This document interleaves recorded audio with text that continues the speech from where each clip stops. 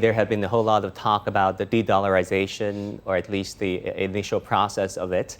But you look at some facts on the ground, like we have been just talking about, only some 4% of Forex was reserved in RMB, whereas over 60% or so was still in US dollars. If you get global trade, it's a similar picture. Over 80, 90% of global trade, by one measure or the other, was still conducted in US dollars.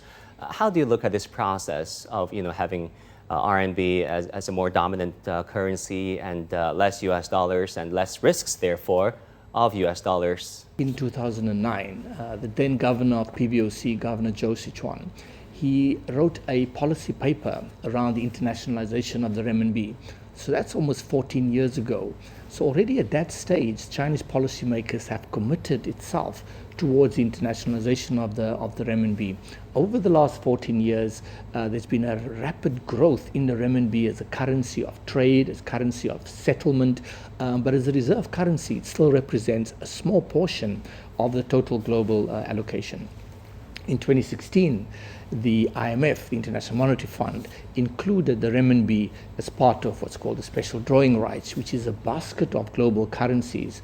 The US dollar is the dominant one, the euro, Japanese yen, and the British pound. So the renminbi is now an official reserve currency in the sense that a central bank in Peru or Colombia or South Africa, they can take some of their foreign exchange reserves and put it in renminbi. That is going to continue, and the renminbi will be used more as a currency of trade. And already, as you know, a number of countries have announced, China, Brazil, China, India, that they will settle some of their trade in local currency. So the direction of travel is towards greater use of local currencies, especially the renminbi.